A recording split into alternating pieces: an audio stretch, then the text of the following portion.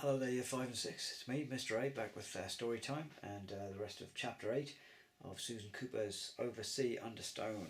Right, let's see what Great Uncle Mary was going to say. He's right, but I will say just one thing. I think you will find this is the right time of the year. Call it luck, call it anything you like, but since you were able to follow the first clue, I think you'll find you're able to follow the rest as well.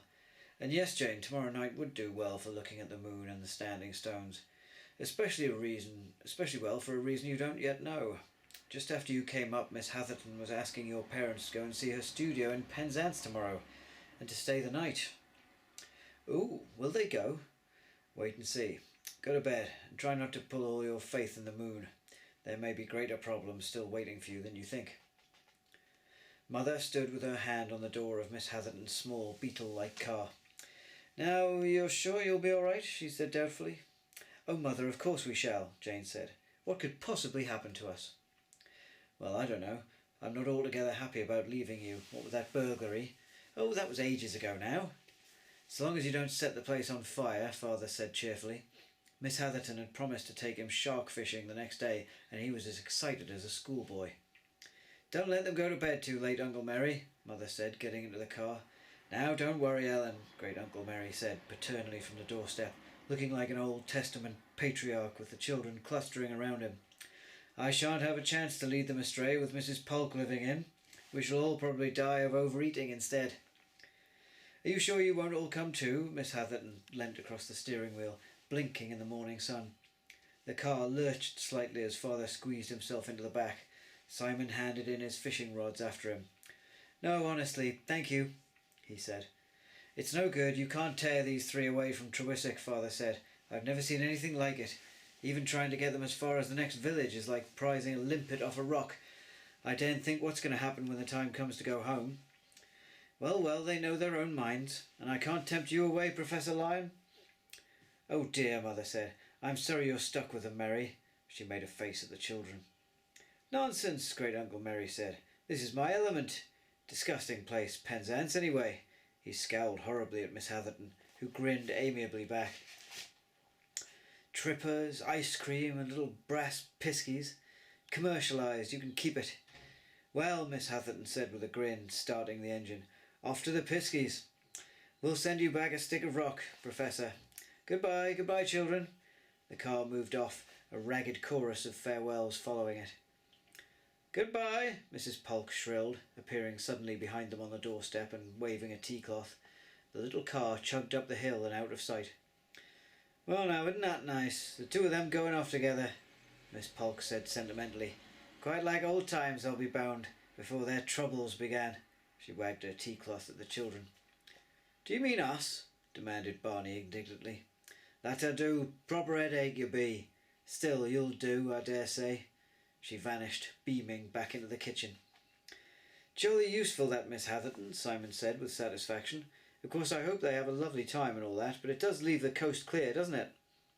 That moonlight shadow, Jane said thoughtfully. You know, I've been thinking.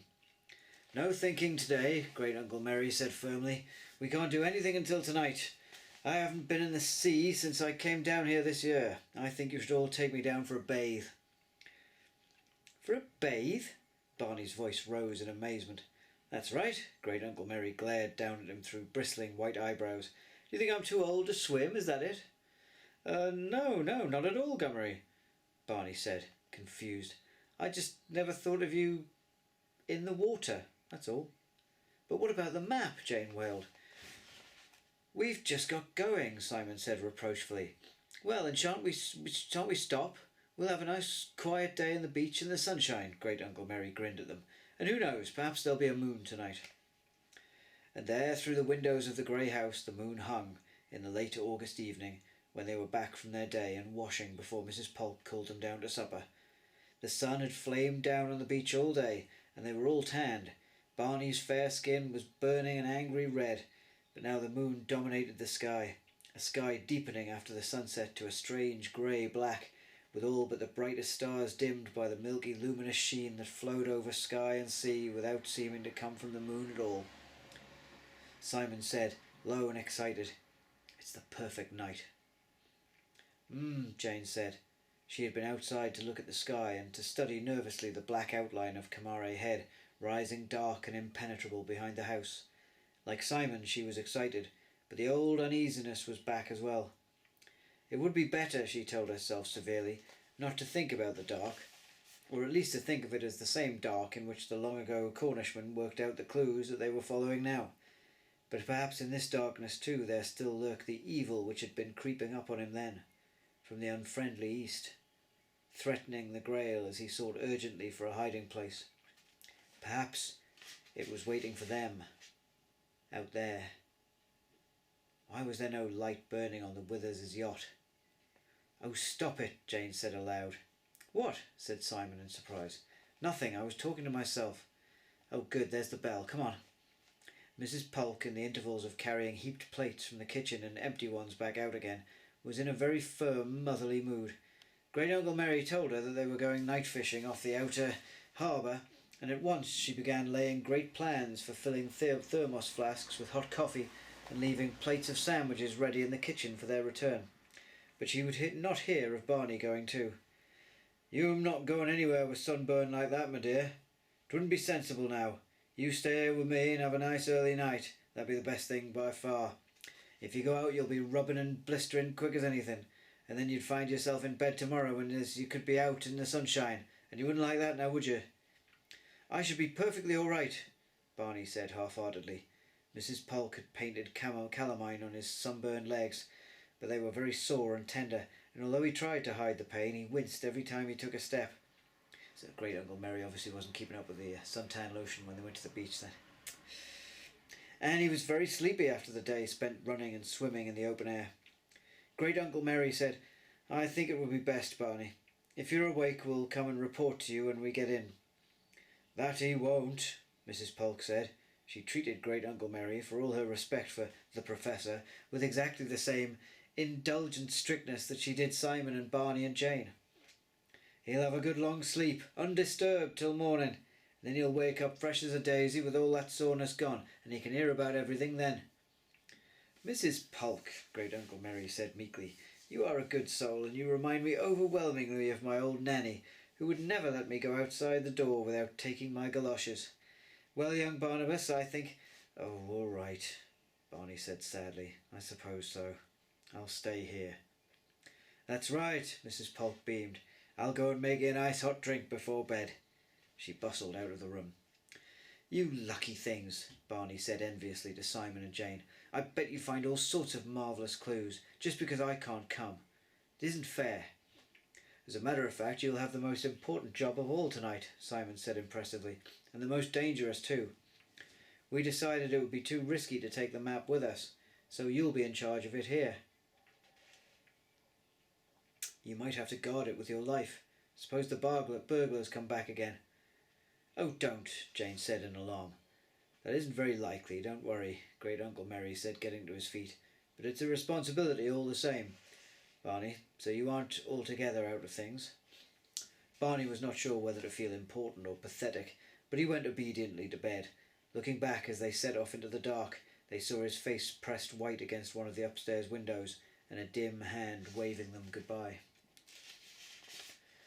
"Gosh, it's cold," Jane said, shivering slightly as they went up the road away from the village. "You'll be all right once we've been walking for a bit," Great-uncle Mary said. He had insisted before they went out that they should wear sweaters and scarves under their coats, and they were grateful now. "Everything seems terribly big," Simon said suddenly. They all spoke softly by instinct, for there was no sound in the dark night but the soft tread of their own feet.